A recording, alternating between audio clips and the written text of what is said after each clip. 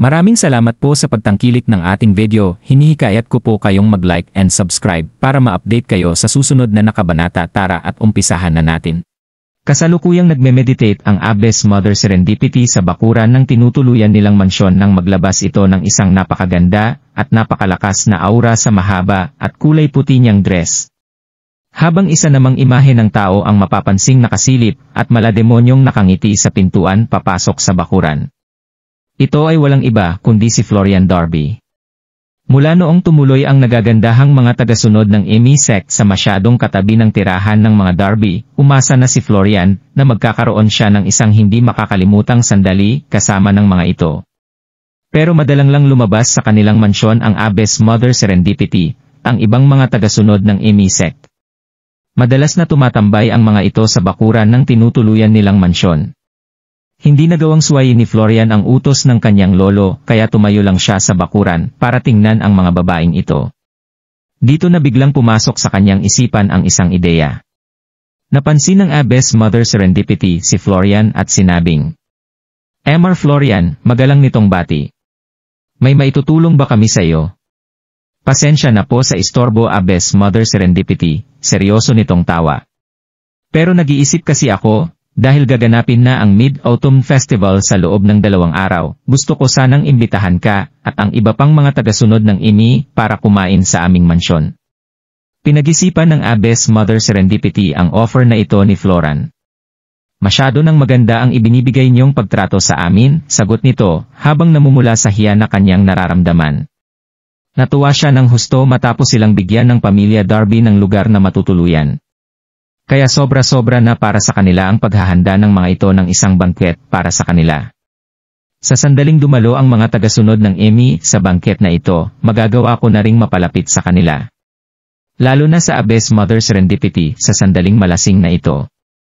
Hanggat magagawa niyang mapapunta ang mga tagasunod ng Emmy sa bangkwet na kanilang idadaos sa Mid-Autumn Festival, magkakaroon si Florian ng tsansa na mapalapit sa mga ito. Lalo na sa Abbess Mother Serendipity sa sandaling malasing niya ito, isip ni Florian. "Maliit na bagay lang ito."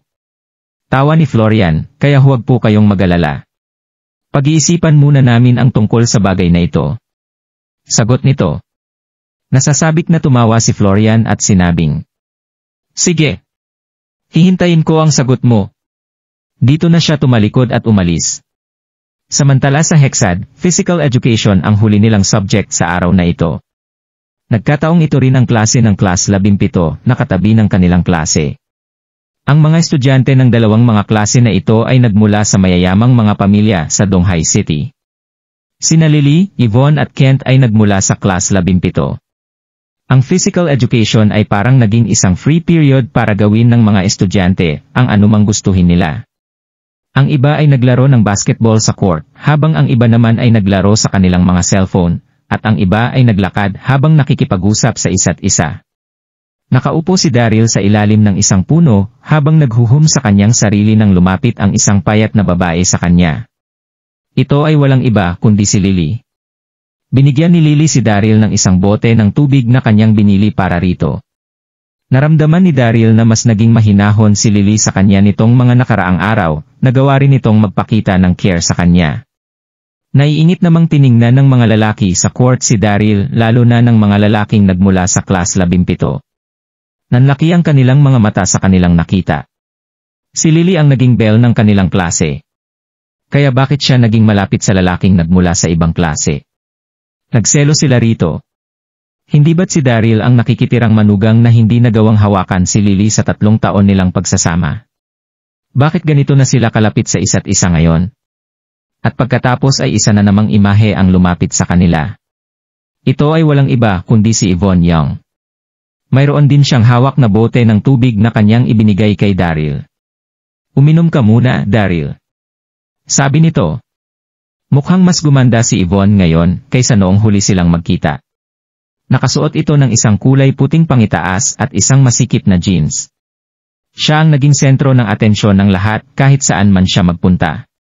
Umupo siya sa tabi ni Daryl at naglabas ng isang piraso ng kulay puting jade. "Daryl, alam mo ba kung anong klase ng jade ito?" tanong niya. Ilang araw na niya itong hindi nakikita, pero hindi pa rin ito magawang maalis si Daryl sa kanyang isipan. Alam ni Yvonne na magkakasabay ang kanilang mga klase sa huling subject ngayong araw kaya nagdala siya ng jade para ipatingin dito. Hindi alam maging ni Kingston ang kasaysayan sa likod ng kulay puting jade na ito kaya naisip niyang itanong ito kay Daryl. Ginamit niya na rin ang pagkakataong ito para lumapit kay Daryl. Isa itong white nephrite jade mula sa Hichan, ito ang uri ng jade na hinahanap ng lahat. Masyado itong madulas para hawakan at mayroon ding napakaselang texture. Detalyadong tingin ni Daryl sa jade.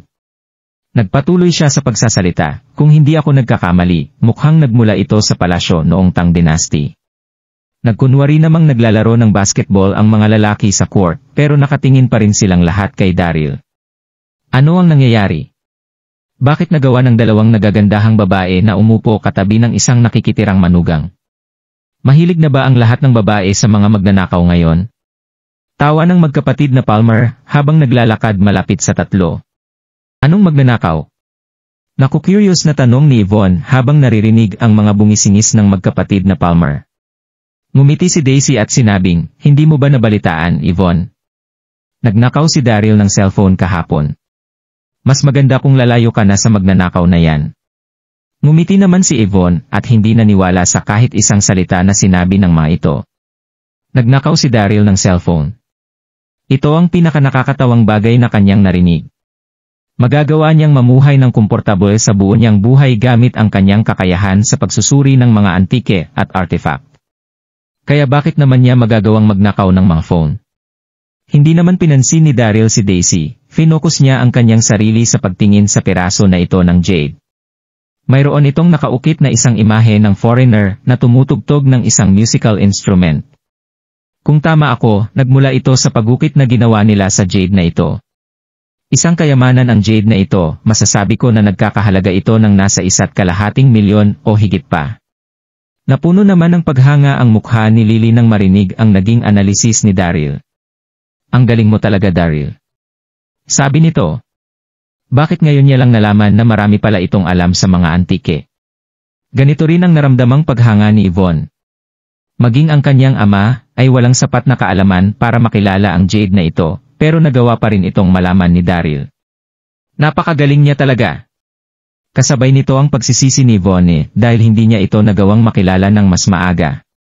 Nang biglang magpakita ang isa na namang bote na sinundan ng isang nanlalamig na boses na nagsabing, uminom ka, Daryl. Ano ang nangyari ngayong araw?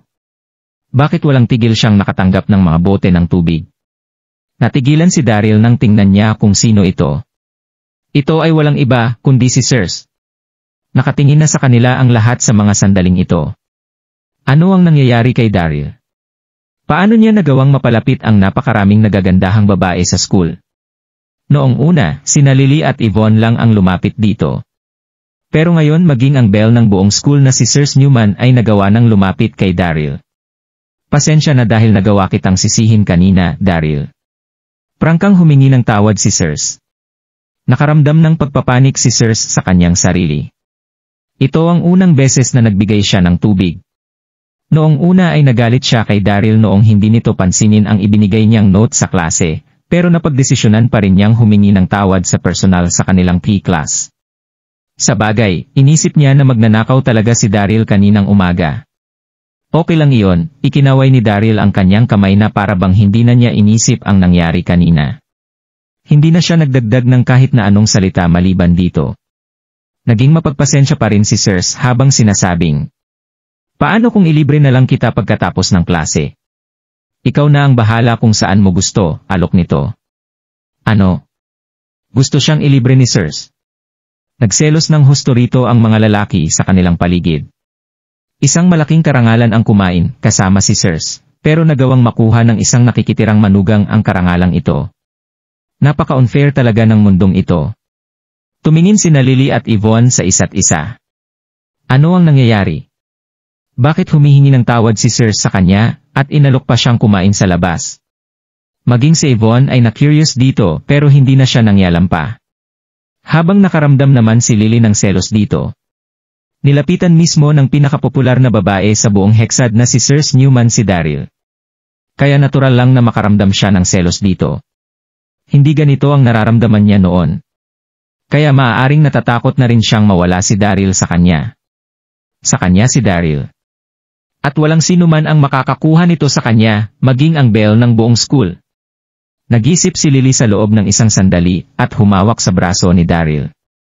Dito na siya sweet na nagsabi kay Daryl ng, "Hubby, gusto raw tayong ilibre ng kaklase mo, kaya pumayag ka na." Agad namang nagdagdag si Lily ng, "Sumama ka na rin sa amin ni Von." Oof! Agad na nagkagusibump si Daryl sa kanyang katawan. Dahil kung iisipin, ito ang unang beses na tawagin siya ni Lily bilang hubby sa 3 taon nilang pagsasama. BM! Nang biglang lumipad ang isang bola sa direksyon ni Daryl at tumama ng malakas sa kanyang balikat. Sino ba ang ganito kamangmang sa paglalaro ng basketball? Isip ni Daryl. Tumingin siya sa direksyon na pinagmula ng bola kung saan nakita niya ang isang dambuhalang lalaki na papalapit sa kanya, nagmukha naman itong hihingi sa kanya ng tawag. Ito ay walang iba kundi si Xavier King, ang PE teacher ni Lily. Si Xavier King ay isang level 5 Master General mula sa Kunlun Sect. Ang pinakamalaki niyang problema ay ang pagiging isa niyang manyak. Uhaw siya sa mga kababaihan. Agad niyang napansin sina Lily at Yvonne sa unang araw ng kanilang klase, kaya sinubukan niyang mapalapit sa mga ito. Hindi siya natuwa sa pagiging malapit ng dalawang ito kay Daryl, kaya agad niyang binato ito ng bola ng walang pag-aalinlangan. "Pasensya na, nadulas sa kamay ko ang bola kanina." Ngiti ni Xavier. "Okay lang," walang pakialam na sinagot ni Daryl. Kinuha ni Xavier ang bola at bumalik na sa court. Nagpatuloy si Daryl sa kanyang pakikipag-usap kay Sirs. "Sige, pag-usapan natin kung saan tayo kakain mamayang uwian." Ililibre siya ng bell ng school kaya isang kamangmangan ang pagtanggi rito. Habang paalis si Sirs, tahimik itong nagbunyi sa kanyang sarili, pero hindi niya ito ipinakita sa kahit na sino. Pinanatili niya ang nanlalamig niyang itsura. Ipinulupot ni Lily ang kanyang braso sa braso ni Daryl habang nagtatanong ng, bakit siya humihingi ng tawad sa iyo? Bakit kanya ililibre mamaya? Na-curious din dito si Yvonne. Sa bagay, si Sirs ang belle ng school. Kaya natural lang na maraming lalaki ang nanliligaw dito pero nabigo silang lahat. Pero nagawa nitong lapitan si Daryl ng personal. Sa sandaling ito agad na naging magkakampi sina Lily at Yvonne. Tumawa rito si Daryl, pero noong sasagutin na niya si Lily, isang bola ang muling lumipad papunta sa kanila. Pero sa pagkakataong ito, tumama ang bola kay Lily at hindi kay Daryl. Naiyak si Lily sa sakit na kanyang naramdaman. Nagliyab naman sa galit si Daryl habang tinitingnan ang direksyon na pinagmumulan ng bola. Nakita niyang nagmula ito kay Xavier, malinaw na sinasadya niya ang bagay na ito. Tumakbo si Xavier palapit sa kanila at hindi pinansin si Daryl habang sinasabing, "Naku po, pasensya ka na. Masakit nga talaga ang pagkakatama ng bolang iyon, hayaan mong hawakan ko muna ito para sa'yo." Ngiti ni Xavier. Hahawakan na sana nito si Lily nang pigilan siya ni Daryl. Humingi ka ng tawad kay Lily, nanlalamig na sinabi ni Daryl. Agad na nagalit dito si Xavier. "Ano ang sinabi mo?" Simangot nito. Direkta at bastos namang sumagot si Daryl ng, "Bingi ka ba?" "Sinabi kong humingi ka ng tawad kay Lily." Pinalibutan sila ng kanilang mga kaklase na nagabang sa mga susunod na mangyayari. Wala na ba talaga sa kanyang sarili si Daryl? Paano niya nagawang magsalita ng ganoon sa isang guro? Maging si Kent Howe ay umabante mula sa mga nakapaligid na tao at sinabing, "Ikaw ang mali, Daryl." Deklara nito, "Huwag ka nang magkunwari na isa kang mataas na hindi mapapantayang nilalang." Hindi ito sinasadya ni Mr. Xavier, kaya paano mo siya nagawang sabihan na humingi ng tawad? Sino ka ba sa tingin mo? Isa ka lang namang nakikitirang manugang. Dito na sumabog ang tawanan sa paligid. Hindi naman siya pinansin ni Daryl na nagsabing, "Uulitin ko ang mga sinabi ko, humingi ka ng tawad sa kanya," ulit nito. Matapos makita ang sitwasyon, hinila ni Lily ang manggas ni Daryl at bumulong ng, "Okay lang ako, Daryl." Alam niyang sinadya ni Xavier ang bagay na yon. Pero nasa loob pa rin sila ng Hexad School. Maaari nang tama si Daryl pero hindi pa rin siya mananalo sa isang guro rito. Nagiinit na sa mga sandaling ito si Xavier. Matapos silang panoorin ng lahat, hindi na niya magagawa pang humingi ng tawad sa isang estudyante. Namula ang kanyang mukha habang naninermong sinasabi na, hayop ka, naghahanap ka na ba ng ikamamatay mo? Sige. Naghahanda na si Xavier na sumuntok. Tumawa ang ibang mga estudyante sa kanya matapos makita ang mabubugbog na si Daryl. Deserve niya ang bagay na ito. Nabagabag naman dito sina Lily at Yvonne. Kahit na marunong si Daryl na makipaglaban, hindi pa rin siya mananalo sa isang PE teacher. Naging kalmado naman si Daryl habang tumatawa sa kanyang sarili. Sigurado siya na sa sandaling siya ang unang sumuntok dito, hindi maganda ang mangyayaring pagkamatay ni Xavier. At noong tatama na ang suntok ni Xavier kay Daryl, isang mataas na tili ang narinig mula sa malayo. Tigilan mo iyan! Hindi ito isang dumadagundong na sigaw pero masyado pa rin itong malakas. Isang sexy na babae ang lumapit sa kanila, malinaw na makikita na punong-puno ng galit ang mukha nito. Ito ay walang iba kundi si Catherine. Mark Xavier, paano mo nagawang mambuli ng isang estudyante? Tanong ni Catherine. Agad na tumigil sa pagsuntok si Xavier. Oh, Ms. Catherine, tumawa siya habang tinitingnan mula ulo hanggang paa si Catherine. Napaka-charming talaga nito, mas lalo pa siyang naging attractive sa pagka-mature na kanyang ipinapakita. Nakahinga na rin ng maluwag si Lily. Mabuti na lang at dumating sa tamang oras si Ms. Catherine. Dahil kung hindi, siguradong makakatanggap ng pambubugbog mula rito si Daryl. Sa bagay, isa pa ring teacher si Xavier. Kaya paano magagawang lumaban ni Daryl dito? Sumimangot si Catherine at sinabing, Mark Xavier, ano ang ginagawa niyo rito? Tanong niya. Pinanood niya ng maigi ang mga susunod na mangyayari. Wala naman, nagbibiruan lang kami rito. Malakas na tawa ni Xavier. Mahahalatang hindi sa kanya naniwala si Catherine. Nakita ko ang buong pangyayari.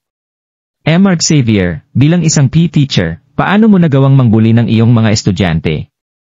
Nanlalamig nitong akusa. Kinamumuhian din ni Catherine si Xavier.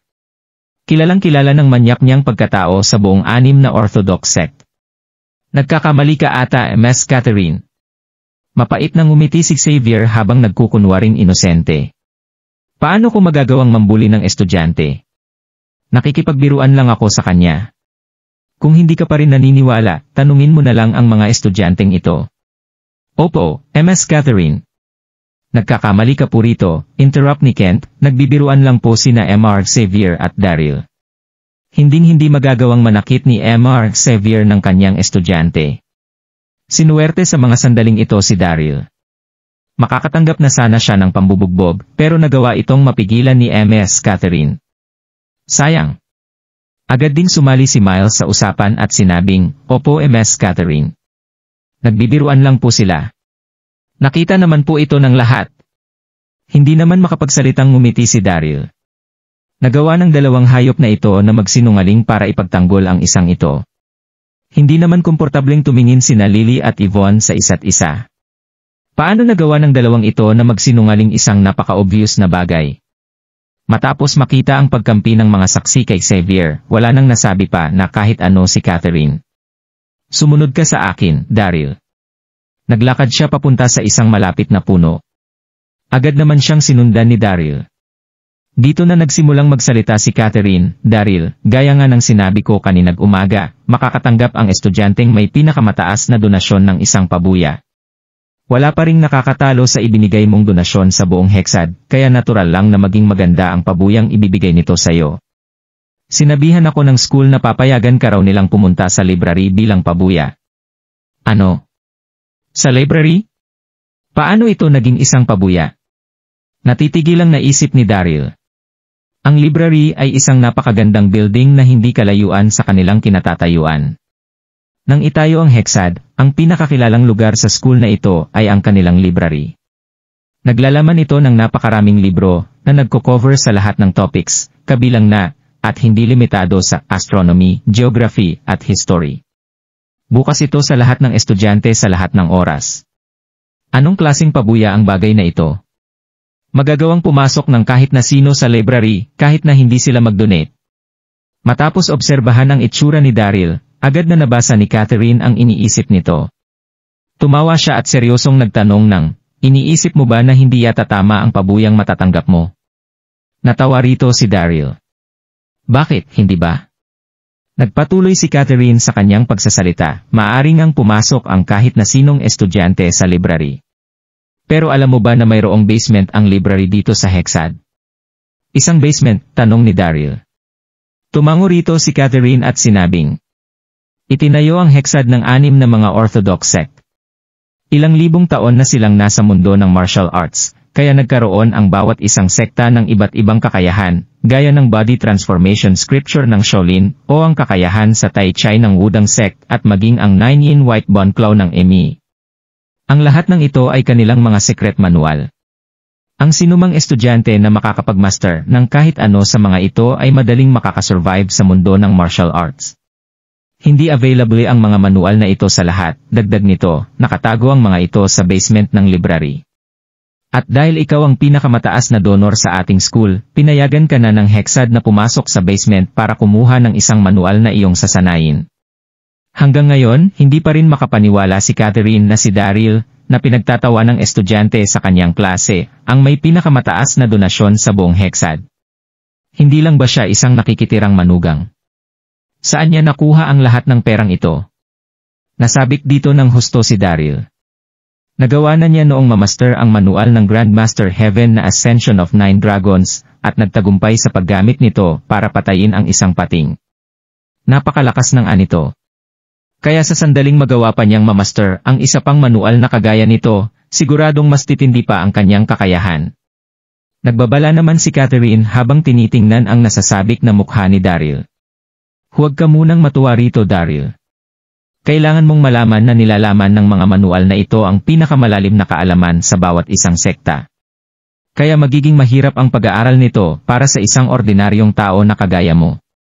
Dapat mo ring maintindihan na kahit magkaroon ka ng ganitong klase ng manual, mayroon pa ring tsansa na hindi mo ito magawang i-master. Huminga ng malalim si Catherine bago magpatuloy sa kanyang pagsasalita. Ang posibilidad na mamaster mo ang mga manual na ito ay nasa 1 oras 10 minuto 00 lamang. Kaya huwag ka sanang umasa ng husto na mamaster ang mga manual na ito sa una mong pagkakataon na ma-access ang mga ito. Gaano nga ba ito kahirap? Sumimangot si Daryl at sinabing, kailan po ako pwedeng pumasok dito, Ms. Catherine? Tanong ni Daryl. Pwede na kitang dalhin doon ngayon, sagot ni Catherine. Hintayin niyo po muna ako rito, Ms. Catherine, putol ni Daryl sa sinasabi ni Catherine. Agad siyang tumakbo papunta kay Sirs nang may mukhang humihingi ng tawad. Pasensya ka na talaga, Sirs, humingi siya ng tawad dito, mayroon kasing ipinapagawa si Ms. Catherine, kaya mukhang hindi ako makakapunta mamaya. Pwede ba natin itong gawin sa ibang araw? Masyadong nakakasabik ang pagkain, kasama ang isang napakagandang babae. Pero sino nga ba ang mas makakatiis sa oportunidad na i-master ang mga manual mula sa 6 na mga Orthodox sect? Okay. Hindi natutuwang tumango ang direktang sumagot na si Sirs. Wala pang kahit na sino ang tumanggi sa kanya. Si Daryl pa lang ang gumagawa nito. Pagkatapos ng kalahating oras, sinundan ni Daryl si Catherine papasok sa library. Nagring na ang bell ng scoop kaya marami ring mga estudyante ang kasabay nilang pumasok. Dahan-dahan silang naglakad papunta sa isang tagong sulot na may nakasabit na painting sa dingding. Inalis ni Catherine ang painting na nagpakita sa isang gintong pindutan. Pinindot niya ito at dahan-dahang bumukas ang dingding na nagpakita sa isang hagdanan papunta sa ibabang bahagi ng library. Bukas na ang pinto pero hindi kita pupwedeng sundan pababa, paliwanag nito, kailangan mo itong gawin ng mag-isa. Tandaan mo, hindi mo maaaring dalhin ang manual palabas. Maaari mo lang itong sanayin sa baba. Dahil kung hindi, agad kang ipapa-expel sa eskwelahang ito. Ang basement ng school library ay isang ipinagbabawal na lugar. Maging ang mga guro ay hindi maaaring pumasok ng walang pahintulot mula sa school. Opo, Ms. Catherine. Bumaba si Daryl sa matarik na hagdan, pero matapos ang 2 hanggang 300 kakbang isang kwarto ang nagpakita sa kanyang harapan. Mayroon itong 6 na magkakapantay na dingding na kumakatawan sa 6 na mga sekta. Mayroong isang platform sa gitna ng kwartong ito, pero maliban dito, wala itong kahit na isang bookshelf. Nasaan na ang mga manual? Isip ni Daryl. Nang biglang lumutang ang napakaraming libro sa 6 nitong mga dingding. Lumutang ito sa paligid ng kwarto na nakapagpahilo sa kanya. Ring! Ring! Nagring ang cellphone ni Daryl. Sinagot niya ito at agad na nalamang si Catherine ang tumawag sa kanya. Sinabi nito na, isang manual lang ang pupwede mong makuha, Daryl. Kinakailangan mo itong saluhin, tandaan mo, may isang pagkakataon ka lang para gawin ito. Kaya pag-isipan mo ng maigi ang iyong pipiliin. Ano? Kinakailangan niyang kumuha ng manual mula sa gitna ng ere. Halos maluha si Daryl sa kanyang nakita.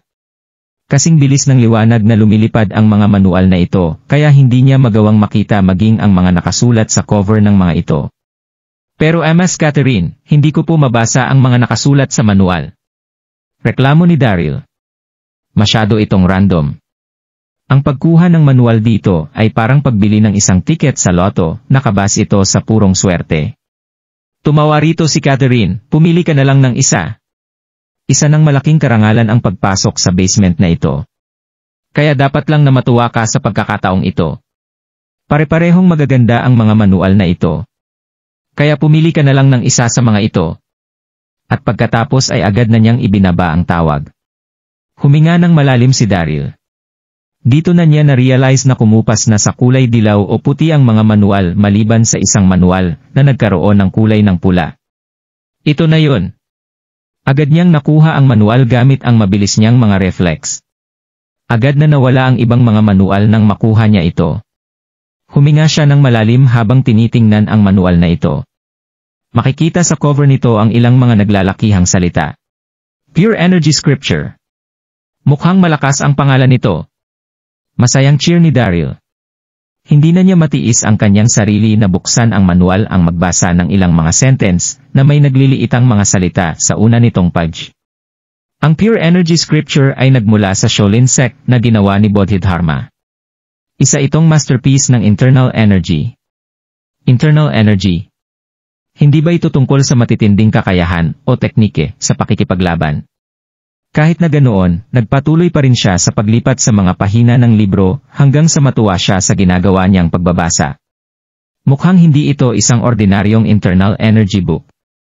Detalyadong sinasabi rito na sa sandaling mamaster ng isang cultivator ang nilalaman ng manual na ito, ang pagkapuro ng kanyang internal energy ay agad na magiging walang kapantay. Nangangahulugan lang ito na sa sandaling mamaster ni Daryl ang Pure Energy Scripture, madali nilang mahihigitan ang lakas ng iba pang mga ka-level nilang cultivator. Dito na nakaramdam ng pagkasabik si Daryl. Kaya agad siyang umupo sa sahig, ibinaba ang kanyang energy field at nagsimulang magsanay. Ginanap ang Mid-Autumn Festival pagkalipas ng 2 araw. Nabalot sa malapiesta nitong hangin ang buong city kasabay ng pagkalat ng mga ibinibentang moon cake sa paligid. Maraming mga tao ang lumabas sa park para maglaro. Pero kasalukuyang nananatili si Lily sa kanilang tahanan habang nakakaramdam ng bigat sa kanyang dibdib. Ang Longya streaming platform na kanyang naging source of income ay nagsara na. Wala na siyang pinagkunan ng income dahil ilang araw na siyang hindi nakakapag-live stream. Kasabay pa nito ang pagka-addict ni Samantha sa mahjong kung saan nawala ang malaking bahagi ng pera nito. Nagsimula siya sa maliliit na taya na ilang daan o higit pa, pero nitong nakaraan ay mas tumindi pa ito. Nagawa na niyang matalo ng ilang milyong dolyar sa loob lang ng isang araw. Ang pinakamalaki na nagawang kitain ni Lily sa bawat isang araw ay kulang-kulang 1.0 milyon, ito ang pera na ibinigay sa kanya ni Daryl. Matapos bumili ng isang mansyon, kaunti na lang ang natitirang pera ni Lily. Hindi na niya magagawa pang suportahan ang adiksyon sa sugal ni Samantha. Bumaba si Samantha nang nakasuot ng nins, habang dala-dala ang pinakalates na bag ng Louis Vuitton sa kanyang braso, malinaw na nakahanda itong muli sa isa pang gabi ng mahjong. Ma, tumigil ka na sa paglalaro ng mahjong, pagmamakaawa ni Lily, kung gusto mo pa iyang ituloy, liitan mo lang ang mga taya mo, dahil hindi naman tayo mayaman.